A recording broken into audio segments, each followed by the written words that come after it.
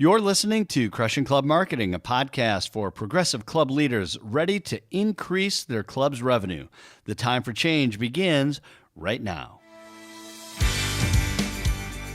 The sales cycle in the private club industry can be long, presenting a common challenge for club marketers when it comes to managing, organizing, and engaging contacts over time. In today's Crushing Club Marketing episode, you'll hear from John-Erik Pszenny, a customer relationship management or CRM expert at HubSpot. He shares ways in which a CRM can elevate the way your club gathers, stores, and activates important contact information to build relationships and drive club revenue. Well, John, thanks so much for being with us today. Great to have you here. Pleasure's all mine, Ed. Thank you for having me on. Oh, this is awesome. You're just saying that to be nice, but thank you. So, hey, you live in the world of CRMs every day. I mean, this is what you do. For people who are listening, club marketers, directors of sales and marketing that aren't familiar, they've heard the term CRM. Sure. First of all, what does it even stand for? It's a great question. People, you could ask a lot of people that question. They probably don't know. And they know really at the end of the day, they're like, oh, I know that's a sales tool of some kind. So what it actually means it stands for is customer relationship management. It's a tool that people will use to save and store information about the relationships and conversations they have with everyone from a prospect to a customer. Is it one of those things, CRMs have been around for a long time. Right. I mean, I think back to my days. I used to sell telephone equipment for AT&T in the late 80s. Yeah.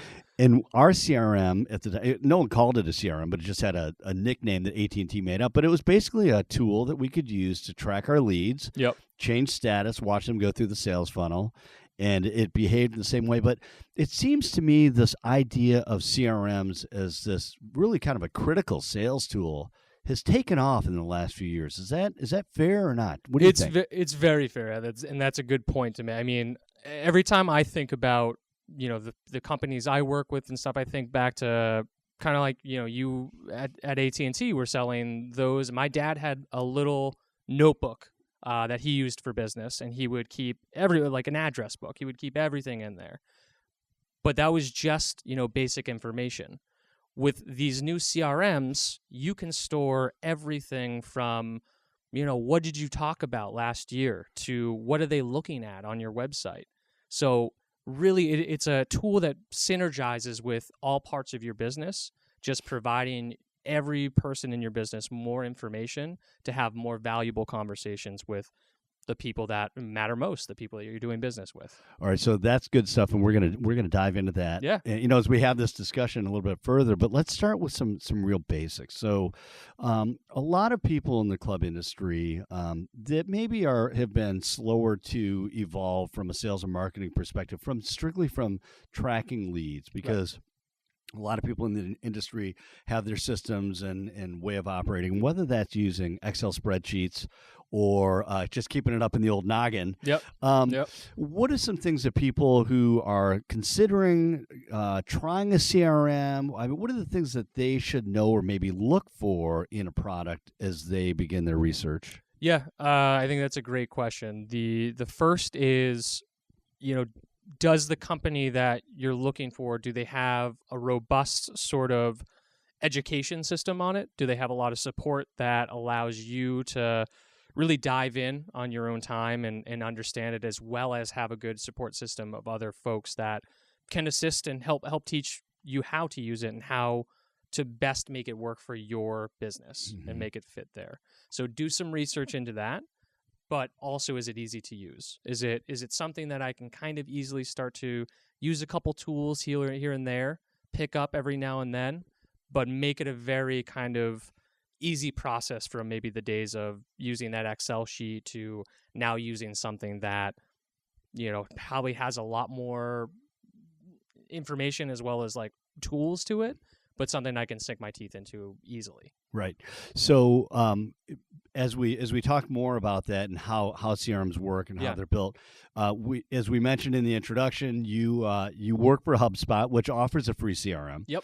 And it's fabulous. We're users of it as well. However, there are other CRMs that are on the marketplace that aren't crazy expensive. I mean, I remember when we first started using a CRM, we had a free one that we used for a little bit, and then we wanted a little more horsepower. So we went to Salesforce, and we only needed like 2 or 3 seats, so 2 or 3 users.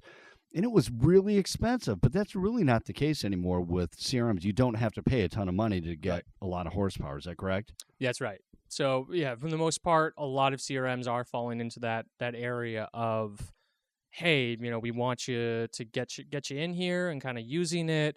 But why HubSpot's a little bit different than you mentioned Salesforce.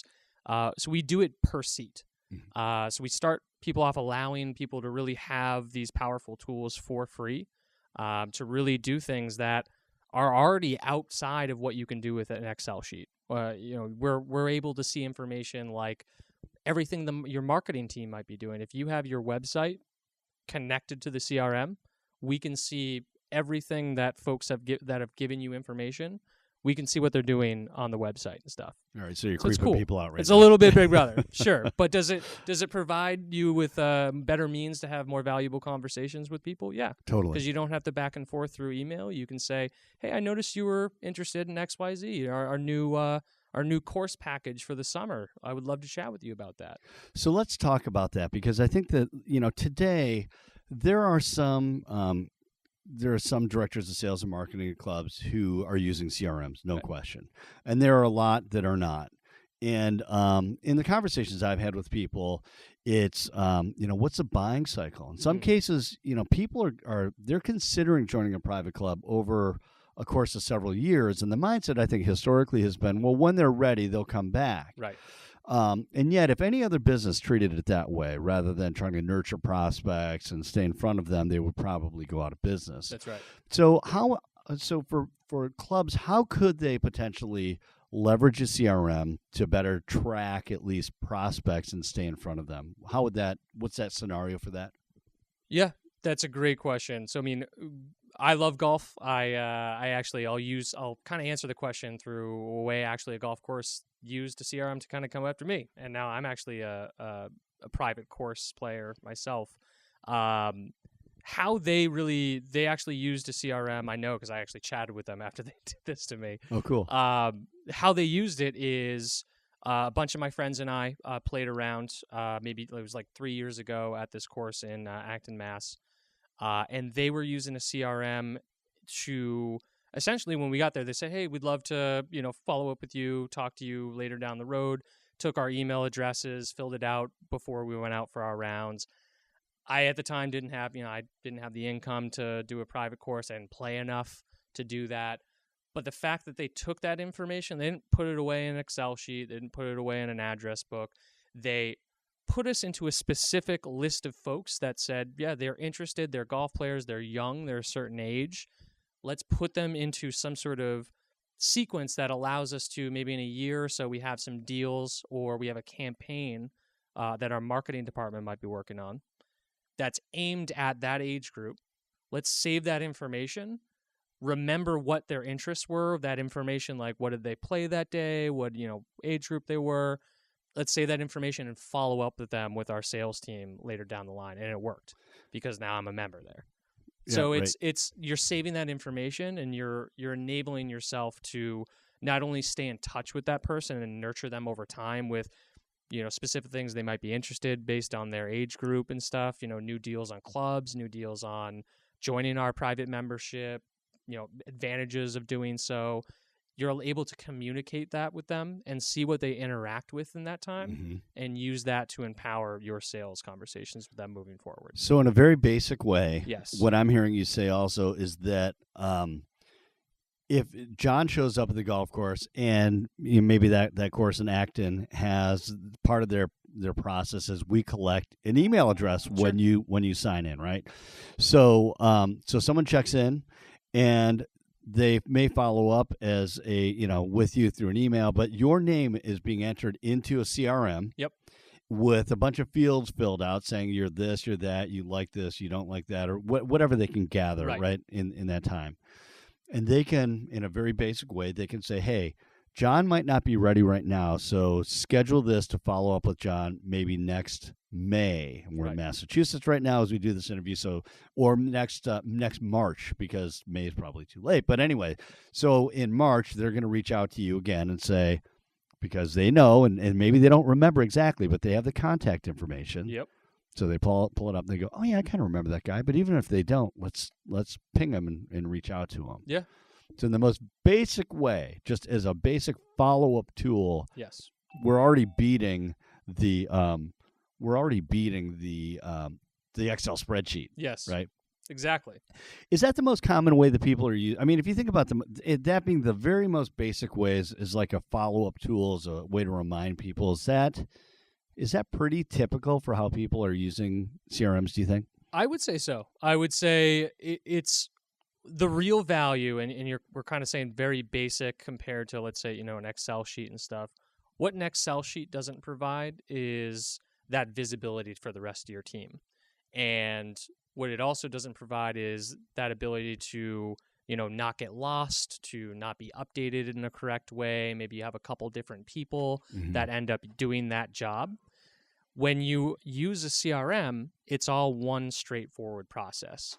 It's set up, it's created and coded in a certain way to allow someone to easily update it, and it save that information for the foreseeable future. But it doesn't matter if Carla does it one day and Jacob does it the next day. It's the same process, same information being saved, and it allows for a lot more synergy and visibility for everyone across your team. Right. Awesome. Looking for a crash course on everything you need to know to market your club online? We've created a 30-page essential guide to digital marketing for private clubs that you don't want to miss. From optimizing your website and developing relevant content to engaging your audience through social media, this comprehensive guide will lead you through every essential step you want to be taking to effectively market your club online. Download it now at storytellermn.com/guide. So for the novices, hopefully this will get them started in the right direction. But I know there are people who are listening today who are familiar with the CRM, with CRMs, and maybe they have a CRM, they're using it. You said something earlier, and I just want to come back to it so that people understand what the capability is. Because if they're not using, if they're using their CRM as a follow-up tool, awesome. But there are other ways you can automate some of those follow-ups as well. You said sequences. Yes. And so I don't want to spin heads out there. Exorcism. We don't want to spin heads out there, but at a high level, let's talk about sequencing follow-ups and what that looks like, or sequencing tasks in that way. Yeah, absolutely. So like as we were discussing before, prime use of a CRM, it's a great place to save data. It's a unified system. But there are also some other really cool tools that are in it, and Sequences is one of them. So what Sequences is, very basic level, is it's an ability for, let's say, a very small team. Maybe you have 3 people that work at the course. Maybe you have one person that manages the marketing or the sales. Very Sequences, typical, by the way. Yeah, not very short staff. Right. So what these things allow for that short staff, like a small staff, to do is stay agile and look like a very big team. Because what they can do with these sequences is ensure that folks that they want to follow up with are automatically getting email that is based on a response. So you can put, let's say, Jason in a sequence. He'll start to get automatic emails from our private course. Mm-hmm. And until he responds to one of those emails, he'll continue to get automated emails that you have set up in a particular sequence. Mm-hmm. So, just as a point of clarification, because some people might be listening going, oh, that sounds awful. It sounds like you're just you're spamming people, right? And that's not what it is, because it's more thoughtful, and you're really planning out, like, you can customize that interval and the message to exactly what you want, so they are getting the right message at the right time, even, right? It's important to point out that it is not a tool for spam and stuff like that. What it's really designed to do is to help smaller teams still send very personalized, meaningful messages to these people that are catered to that particular person and their interests. Mm-hmm. And you can use things called personalization tokens that will take that sounds fancy. information you've saved. It is fancy. But it takes that information you've saved to make sure every email, whether it be in a sequence or just a one-off email, make sure it's very personalized for them. Okay, so let's go into the weeds just a little bit with Absolutely. this because, and for the point of clarification, because I think that if you're listening and you're going, okay, this sounds really intriguing, you can get caught halfway in this. And by that, what I'm saying, though, is that imagine at your club that you are you're a one-person show, and you can think of the prospects that you have in buckets, right? You've got some who are, let's just say, for a lack of a better term, hot, warm, and cold. Yes. And so there's separate sequences that you're creating for each one that have and by the way, if I'm not mistaken, with the CRM, you can segment also so that, let's just say it's golf membership. Yep. Or boat membership, whatever that is, whatever your private club is, catering. So events, could be weddings. It could be, if you're a golf club, it could be Monday outings as well, right? That's right. And so in the same way, so now you're segmenting this, like in this example, 3 ways, hot, warm, and cold, across, potentially 4 different areas that drive revenue for your business. And that's why people use, like what you just described, can build those out, set it, and forget it. But it cuts down on so much of that. Like, imagine all the work you probably would have had to do to set up all individual new emails for all those individual areas of your business, whether it be for catering. These are things that we can set up very easily with also things we can use in the CRM called templates. They're just saved versions of emails, and we can use those in those sequences or just for one-off emails that save you time and energy, as well as, having to hire someone else to help you with this. But it allows you to very specifically target those people, the areas of your business, the interests of the folks that you're trying to help become a customer of yours. So let's not, and that's awesome. And Yeah. While there's so many conveniences that will save time over the long run, I don't want people to think that, wow, this is really easy, because there is time that's required to set it up on the front end. That's to, right. Yes. Map it out and figure out what do we want them to get at what time, at what intervals. And so there is some legwork, but once it's set up, then you're just tweaking stuff. You're tweaking emails, and so that's pretty cool. Let's move on a little bit. And one of the things that we seem to see across digital marketing, where in the past I think that people that are in sales and marketing in clubs are used to the idea of marketing being somewhat unmeasurable, right? They go by this idea like, oh, we have X number of households with X number of amount of income, so we'll send out a postcard. We'll buy a list. We'll send out a postcard, and spray it and pray, that something happens. But today, with so many capabilities now available online, sales and marketing is really bleeding together, and the idea of actually driving measurable return on your investment in marketing dollars is very real today, is it not? Yes. So can you just walk through how CRM helps that, and how, providing cost justification? Yeah. So number one, it does depend on your setup too. So, with using HubSpot as an example, with the free CRM, you're not necessarily going to have, you can still have great information that you can store and save, but if you're not using the marketing hub as well, it's not going to have that same power to it. So you do want to make sure that you do have the systems synergized together, and that does take some setup and take some strategy to it. But the value you get there is you can really, whether you're using an agency, you have someone marketing for you, whatever the case may be, you're doing those marketing activities, and we're getting that information. So someone, let's say they download something about, do different golf swings or something, like maybe it's some type of ebook or form, whatever. Sure, right, yeah, make it up. And they get that information. We start to market to them. That information from then on is going to be saved. So what if you could, as a salesperson, instead of kind of shooting off into the dark, as we said, kind of slinging mud at a wall, what if you knew everything that person did from the moment they gave you their email, so that is all tools for you in your toolkit to have conversations with that person down the line? That is what that synergy provides when you get two tools like the marketing and CRM working together, but also allowing a lot of the functionality that those tools provide with creating synergy between those two teams, setting up, like, as examples, we can set up automation to automatically notify the sales team when someone becomes a lead for them to reach out to. And that person then, the salesperson, can then go to that lead and see everything they've looked at, what pages they've looked at on your website, whether maybe they've golfed there in the past at your course, maybe any other information that they've already given us, and that prepares you for a conversation rather than just shooting in the dark. Because now you know what marketing did, you know what they've gone through, and now you're ready to have a better conversation with that lead.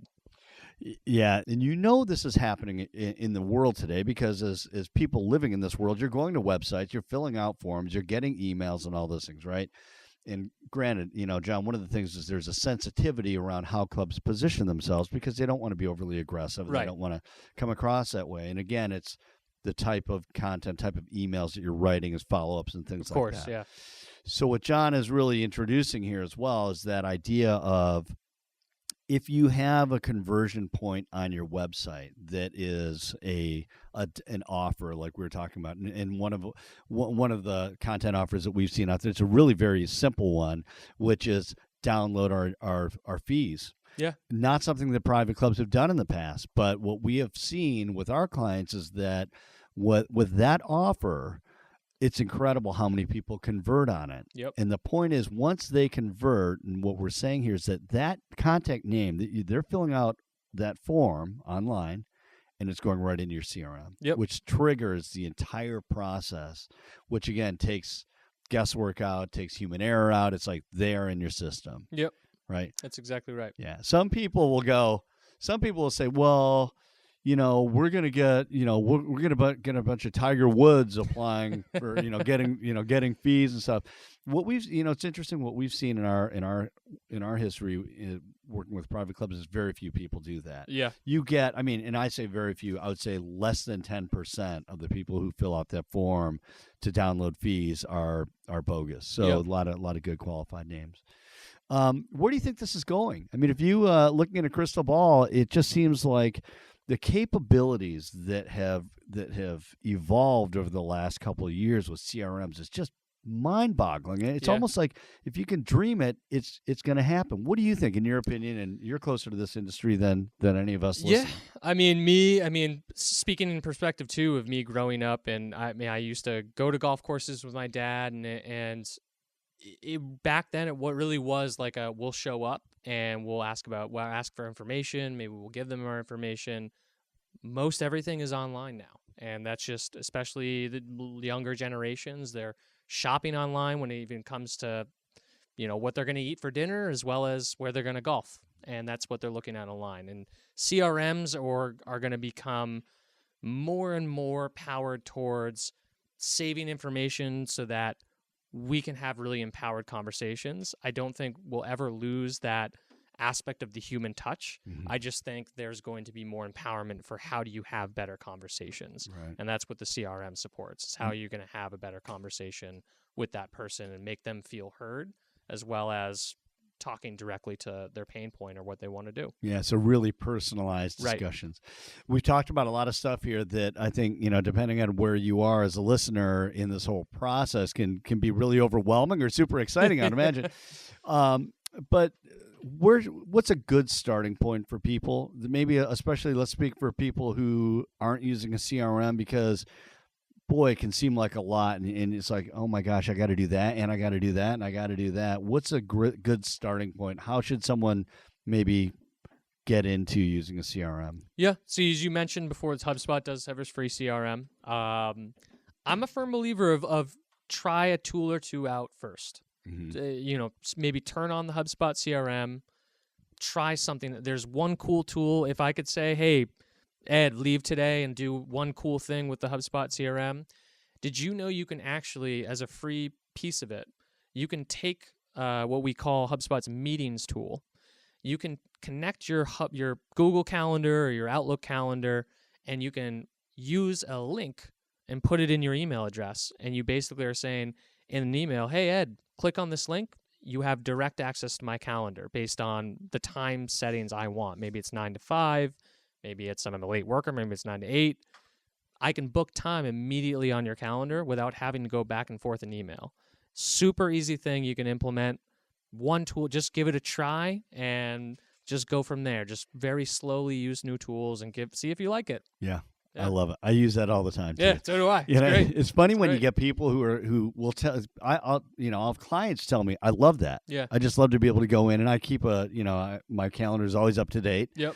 And if something doesn't work out, I can call them and let them know. But that convenience for that person, and it just reduces all the back and forth and what time's good, what day can you meet. It's like Yep. just you find something that works for you, and Exactly. that's awesome. Put the onus on them. Cut the back and forth in email. Just cuts out so much time that was wasted back and forth email. Yeah. Yeah. Well, that's great advice. Don't get overwhelmed. Right. Do that one thing and maybe do it really well. When you feel comfortable with that, then expand to something else. Right. And it's not something you have to do in the next week or 10 days or whatever that Yep. is. So it's awesome. Well, John Pszenny, thank you so much for your time today and for your insight and your wisdom.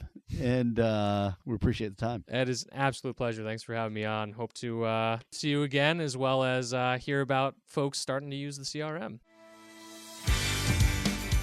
Thank you for listening to this week's episode of Crushing Club Marketing. Next up, we'll chat with Jason Becker, the co-founder and CEO of Golf Life Navigators, an online service that matches people with their ideal club in the area in which they're most interested. Becker shares valuable insights and demographic trends that will help you understand what golfers are most commonly looking for in their ideal club.